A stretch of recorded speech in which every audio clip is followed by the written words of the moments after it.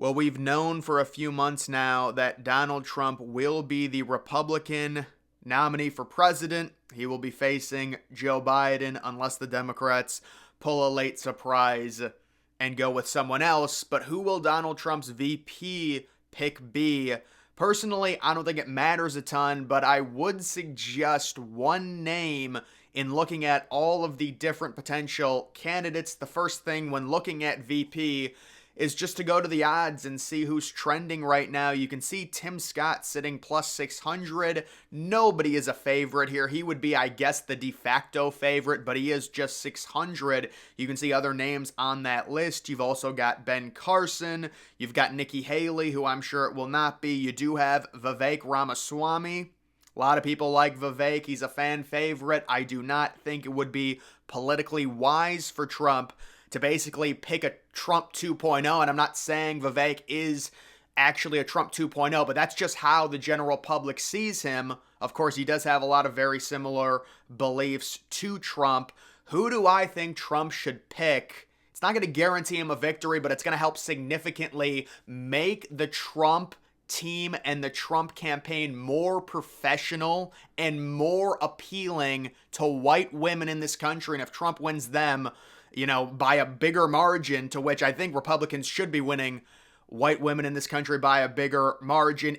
The VP choice that Trump makes, if I was advising him, would be Tulsi Gabbard, the former Democrat, if you guys remember back in 2020, and I'm going to address the criticism, well, she's only been a Republican for like a year. In October of 2022, she came out and said, I'm not part of the Democratic Party. Guys, this is the perfect scenario. Tulsi Gabbard is seen as a strong woman who is going to promote feminine family values. You look at someone like Tim Scott, Ben Carson, sure, you could maybe say Trump might get a few more black votes, but is that really going to help him?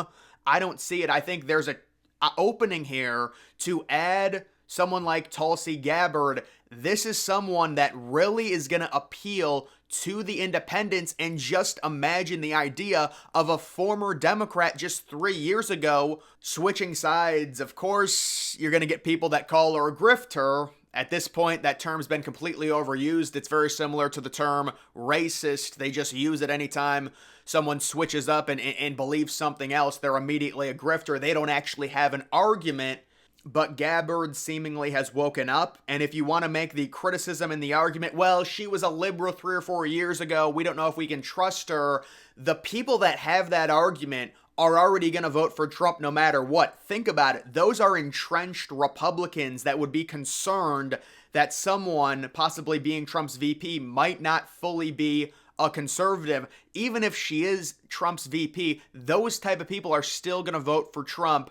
Even if he chooses someone like that, it's not like they're going to say, oh, I'm concerned she might not be conservative enough, so I'm going to vote for Biden. That's not how that dynamic works. This would add a level of professionalism, I think, to Trump's campaign that you really can't see with any of these other candidates. It is the ultimate narrative breaker where Trump makes his VP someone that recently was a Democrat. And how amazing would it be? We go back to 2020 when Gabbard completely embarrassed Kamala Harris on the debate stage.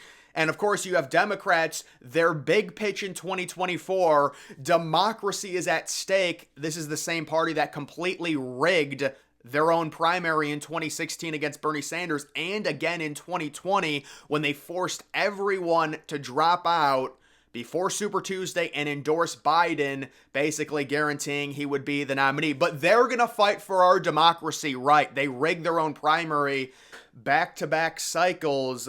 The establishment is in full control of that party, but no, they're going to come in with a cape and save democracy against big bad Donald Trump. This is, in my opinion, the ultimate choice.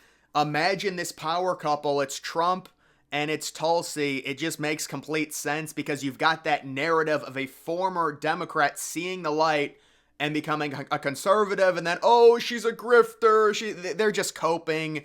They don't have an actual argument, so they say things like, you're a racist, you're a white supremacist, you're a grifter. there's no real substance to anything they say other than name calling. And you look at some of the other people on that list, J.D. Vance. I would hate J.D. Vance. I think that's like a worse version of Trump. It makes no sense. If you're going to go that type of route, go with Vivek. If you're going to go with a route like that, Byron Donalds, I can kind of understand. Michael Flynn, it's not happening. So to me, it's like Tim Scott. I just don't think any of these really do much for me. And then it's the idea of, oh, would you trust Gabbard taking over if something happened to Trump? Absolutely. I know it's only been 3 years or 2 years since she's come out as conservative, but I do not think that's a big issue. Certainly her over someone like Kamala.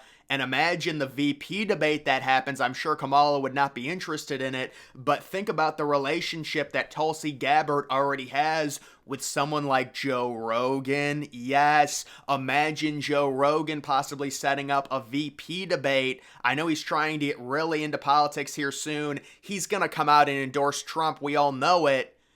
Imagine Kamala Harris, Tulsi Gabbard debate on JRE. Of course, Kamala will never do it. They say that, oh, they're for democracy, but they don't want to debate. Biden is going to have to debate because he's down by so much in the polls. And then they try and swing it and say, well, Trump didn't want to debate, Nikki Haley. No, it doesn't make sense to debate when you're up by 50. Obviously, the general election's a lot closer. Trump's come out and said he'll have 10 debates with Biden, and it makes sense for both Trump and Biden to debate. I do think Trump is up right now in the general, but it's a lot closer and a lot different scenario than where Trump was versus Nikki Haley, DeSantis, whoever. It just didn't make sense. When you're up by 40 points, you can only harm yourself going into a debate when you already have the majority support. It doesn't make any sense. But for the general, we need to have these debates. And I think Biden, again, he's losing by so much. I don't want to say so much, but basically every swing state, he's kind of forced to come out and debate and try and prove himself.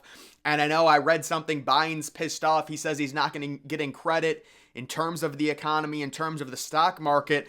Well, of course, Biden's not getting any credit. People don't think he actually has the capacity to govern at this point. If he wants to prove us wrong, he needs to come out and do press conferences every week and answer questions. Then we'll give him some credit, but you can't have your cake and eat it too. You can't hide in the White House basement, whine that you're not getting any credit, and not make an actual public appearance and show the American people that you actually have the cognitive ability to process and take questions and respond in a correct way. Normally, he just does one press conference every 3 months. He mispronounces 5 things and then rage quits off the stage. It's the same thing over and over again. And then he comes out and says, I'm so angry I'm not getting the credit for the record high stock market. You don't make any appearances. Why would anyone give you credit? You can't even talk. So that's just the situation with Biden. But when it comes to Trump and who he should choose for VP, again, I don't think it's the biggest thing in the world, but a Tim Scott, a J.D. Vance, even these other women, I'm just not seeing it. I think Tulsi Gabbard, it's the perfect thing, and especially the appeal here is the suburban white women. If Trump can win those by a bigger margin in 2024, especially in the swing states, this adds another level of professionalism to the Trump team. And obviously, Tulsi would just destroy Kamala Harris and have just such a higher approval rating than Kamala. Remember the 2020 Democratic primary debates when she embarrassed Kamala and basically ruined Kamala's chances to be the Democratic nominee, when you had Democratic elites boosting Kamala up. At one point early on, she was actually leading the Democratic field. And once that debate happened, she got totally destroyed. And of course, they rigged the election. The same people that are, their entire promise is we have to fight for democracy. They've rigged their own primary back-to-back cycles in 2020 and 2016. I can understand making sure Biden wins in 2024. He's the incumbent. Obviously, there's a loyalty to that, and people are going to vote for him anyways. I am more so referencing the 2020 Democratic primaries, which were rigged by the elites when they forced all the different candidates to drop out because they realized they were all splitting their votes, and someone like Bernie Sanders might win, heaven forbid, and they force them all to endorse Biden right before Super Tuesday. But no, they're the ones that are going to fight for democracy. They rigged their own primary. We know the clown show in 2016 with Hillary. versus Bernie Sanders as well. It's every time I do one of these videos, it's just the level of hypocrisy, and it's so many different scenarios too. It's always a different thing, and it's just total hypocrisy every single time. So I think Tulsi Gabbard needs to be the choice by Trump. It's not going to make or break his campaign, but I think it's the ultimate dream team, the ultimate power duo, Trump, Tulsi, 2024. Even though I like Vivek, I think Vivek is more of a Trump 2.0. He's too young. Let's get in some female appeal and really balance this ticket, and especially someone that was just a Democrat. And of course, they'll call her a grifter. It doesn't matter. They're in denial. They're coping. Either way, guys, that's going to do it for this video. Make sure you follow me on X. Link to that's always in the description.